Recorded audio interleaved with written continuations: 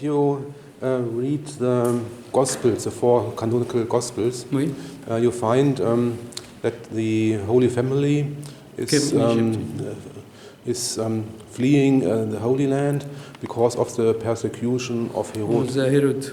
Yeah, so they enter Egypt, but then you find a large gap. Large? Yeah, a large gap in the narrative. What's the meaning of large gap? A void. Yeah. Between?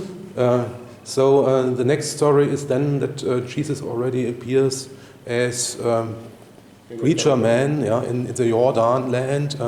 So he is then above 30 years old. So there is actually a gap of more than 20 years. 20? 20 years in the description of the life of Jesus Christ. It's later because I think أبونا بيقول أبونا إن شفنا المسيح وهو مولود وراح زار مصر وهو سنة 2-3 وبعد كده في فجوة كبيرة قوي في التاريخ لحد ما ظهر في الهيكل سنة 30 سنة فال20 سنة دول 20 سنة اتذكر في in the Bible, in the Gospel.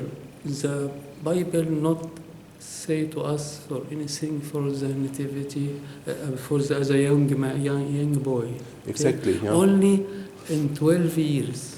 Yeah, when he discussed with the Pharisee in the temple. In the temple. This is explained. The only, yeah. In Egypt here, he not speak, but he make miracles here. When he is a baby who is sent to Mary. The idols, if you're reading the Bible, prophet Isaiah, chapter 19, he finds the idols is broken and go down. When he passed like this. He stayed with us here about 3 years. He passed from Alexandria until he went to Cairo, and after Cairo he went to Upper Egypt in city called Asyut, now the end of the and in Asyut he found one chapel which Jesus Christ sat down over the altar. One stone became the first altar in Egypt, and the people say this is the altar in the middle of the Egypt. Okay. In the Bible, Isaiah 19, he found this. But from 20 years until he became 30, nothing, anything written in the Bible. In the Bible, But maybe you find something prophecy hidden in the Old Testament. So, and now that's exactly my question is targeting at. Do you have any explanation why the Catholic Church is so readily ignoring any of the tales about Jesus in Egypt? I think for my knowledge, anything like this, because the Bible not silent, not speak for this period. So maybe I can enter the internet, you search for something, the university, which is a branch like this. Yeah, maybe I could make a comment here. And it is simply by simply displaying Jesus as a freshly enlightened preacher. This makes him appear that the message he's carrying is very purely come down from the divine on him, is not intermingled with a process where he possibly... Jesus Christ said like this, my knowledge not from the world, from my Father. He gave me like this. This is clear in the Bible, in the New Testament. So I have the suspicion that all the other accounts where he is actually learning something or already performing miracles as an adolescent has been left out because of that reason. So to make him appear as if it is coming down to him from one instance from the divine. Try to enter the site of the Coptic Church and try to find any book speak from this period. Because you don't have to convince me, because in my opinion Jesus Christ appears exactly as an Egyptian wonder healer. So actually as he acts, that is already a proof that he must have had an education in Egypt. But that is hardly seen by others. And in addition to that, there is actually a gospel has been a fifth gospel that has been found in a Tibetan monastery, which is mentioning in writing, referring to Jesus being in that monastery and studying Buddhism. Yeah, and that explains why needed to search very good, because some knowledge not exist.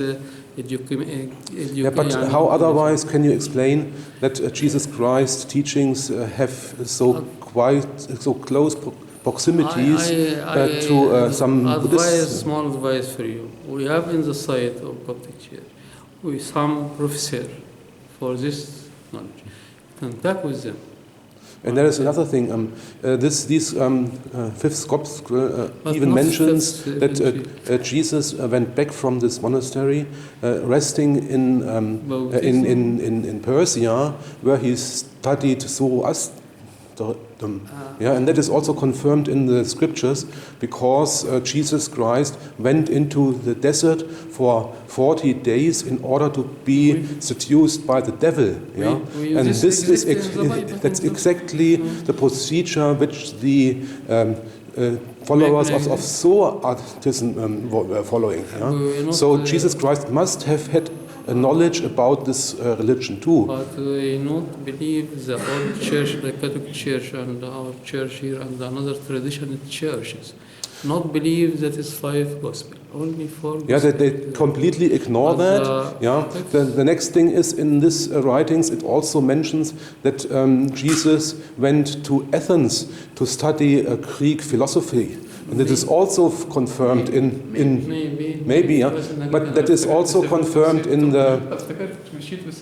So that is also confirmed. Is also confirmed in the scriptures, because you can show that some passages in the Sermon of the Mountains are exact citations of Plato's dialogues. Yes, okay. So how can this come if Jesus has no knowledge of? Some people might copy things and try to make it authentic.